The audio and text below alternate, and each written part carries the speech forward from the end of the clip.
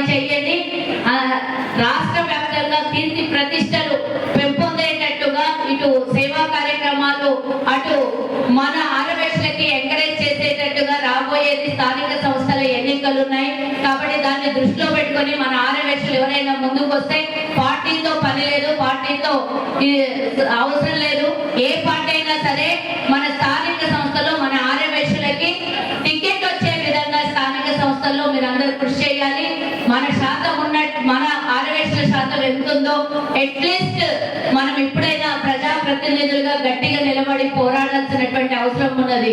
రాజకీయంగా వెనుకబడి ఉన్నాం, రాజకీయంగా దూరంగా ఉన్నాం. వేరే నాయకుల దగ్గరికి వెళ్ళి మన అవసరాల గురించి మాట్లాడుకొని పనులు చేయించుకుంటున్నాం. అదే నలుగురు మన వాళ్ళు ప్రజాప్రతినిధులు అయితే మనం అవసరం ఉన్నటువంటి మన ఆరవేశల సమస్యల్ని పరిష్కరించుకోవడానికి ఒక వేదిక అవుతుంది. కాబట్టి దయచేసి ఎడమ పక్కన ఉన్నటువంటి మా మహిళలు చాలా డిసిప్లిన్ గా చూడండి, ఎంత చక్కగా కూర్చున్నారు, ఒక కుర్చీ కూడా ఖాళీ లేకుండా. కాబట్టి మా మహిళా అధ్యక్షురాలు కూడా చెప్తున్నాను, స్థానిక సంస్థలలో మహిళలకి 50% రిజర్వేషన్ ఉంది. అందులో మన ఆర్యవేశ మహిళల భాగస్వామ్యాన్ని మీరు ముందుకు వచ్చి వాళ్ళని ప్రోత్సహించి మీ 2 సంవత్సరాలలో మీకు అగ్ని పరీక్ష నిలబెట్టడమే కాదు, టికెట్ ఇప్పేయడమే కాదు, మీరు కృషి చేసి గెలిపించుకోవాల్సినటువంటి బాధ్యత కూడా మీ మీద ఉంది. అవసరమైనప్పుడు రాజకీయంగా మేము వస్తాం, ప్రచారం కూడా చేస్తాం. ఒకవేళ కాంగ్రెస్ టికెట్ తీసుకుంటే తప్పకుండా నేను వచ్చి ముందు వచ్చి నిలబడి పనిచేస్తానని చెప్తున్నాను. నేను మా స్థానిక సంస్థల ఎన్నికల్లో మీకంటూ సమయాన్ని కేటాయిస్తాను.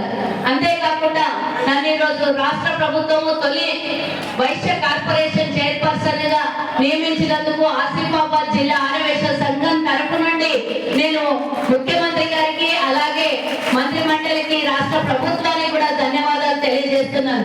నిన్న మీరు అసెంబ్లీ చూసి ఉంటారు. అసెంబ్లీలో నిన్న ఎమ్మెల్సీ అయినటువంటి బొగ్గారం దయానంద్ అన్న గారి చేత మనము ముందస్తుగా ప్రణాళిక తయారు చేసుకొని వారి చేత నిన్న మాట్లాడించినటువంటి సందర్భము మీరు చూసుంటారు.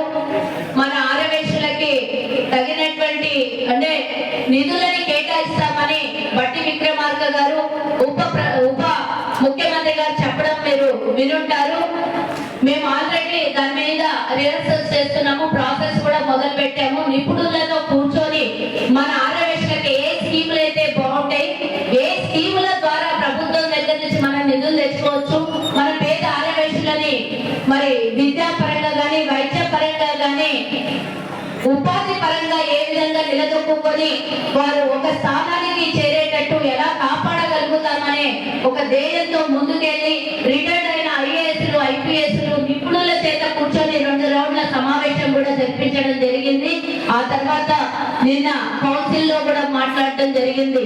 వారు సుముఖంగా ఉన్నారు. మీ స్కీములు మా ముందు పెడితే తప్పకుండా నిధుల్ని కేటాయిస్తాం. ఆల్రెడీ నిధుల కోసం మేము ప్లానింగ్ కమిషన్ కి చెప్పడం జరిగింది అని నేను ఉప ముఖ్యమంత్రి గారు చెప్పడం మీరు విన్నారు. కాబట్టి రాబోయే కాలంలో మన ఆరవేశలకు ఇచ్చినటువంటి తొలి కార్పొరేషన్ ని మనం తప్పకుండా దీన్ని సద్వినియోగం చేసుకొని రాబోయే కాలంలో మన పేద ఆరవేశలు ఎక్కడ ఉన్నా కూడా వారిని అంటే విద్యాపరంగా మనమైతే ప్రతి ఇంటి నుంచి చందా వేసుకొని ఆరవేశల విద్య కోసమో వైద్యం కోసమో లేదా ఉపాధి కోసమో ఇంకా ఎక్కువగా చెప్పాలంటే గుళ్ళ కోసం గోపుర కోసం దాన ధర్మాల కోసం మన నిధుల్ని మనం ఖర్చు పెడతాం.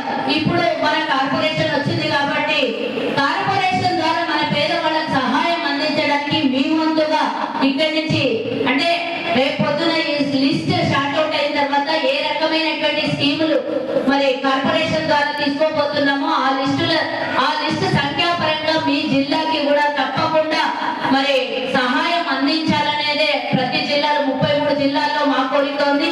అందులో భాగంగా రాష్ట్రంకి చివరిలో ఉన్నటువంటి ఉమ్మడి ఆదిలాబాద్ జిల్లాకి తప్పకుండా కార్పొరేషన్ ద్వారా నిధులను కేటాయిస్తూ మా మహిళా అధ్యక్షురాలు ఉంది, అన్న అధ్యక్షుడు ఉన్నారు. ఏ లిస్ట్ వచ్చినా ఏ అప్లికేషన్ వచ్చినా షార్ట్ అవుట్ చేసి కార్పొరేషన్ కి అందిస్తే రేపు పొద్దున స్కీములు వచ్చిన తర్వాత తప్పకుండా వాటిని ఏదైతే జెన్యూన్గా ఉన్నాయో వాటిని కన్సిడర్ చేసే అవకాశం ఉందని ఈ సందర్భంగా తెలియజేస్తూ రాబోయే 2 సంవత్సరాలు మీ పదవీ కాలంలో మంచి కార్యక్రమాన్ని నిర్వహించి రాజకీయంగా ఎదగాలి అని ఈ సందర్భంగా సందర్భంగా కోరుకుంటూ ఈ అవకాశం ఇచ్చిన జిల్లా నాయకులకందరికీ కూడా మరోసారి పేరు పేరున ధన్యవాదాలు తెలియజేస్తూ జై హింద్, జై వాసవి. మేడం గారికి మేడం ఇంత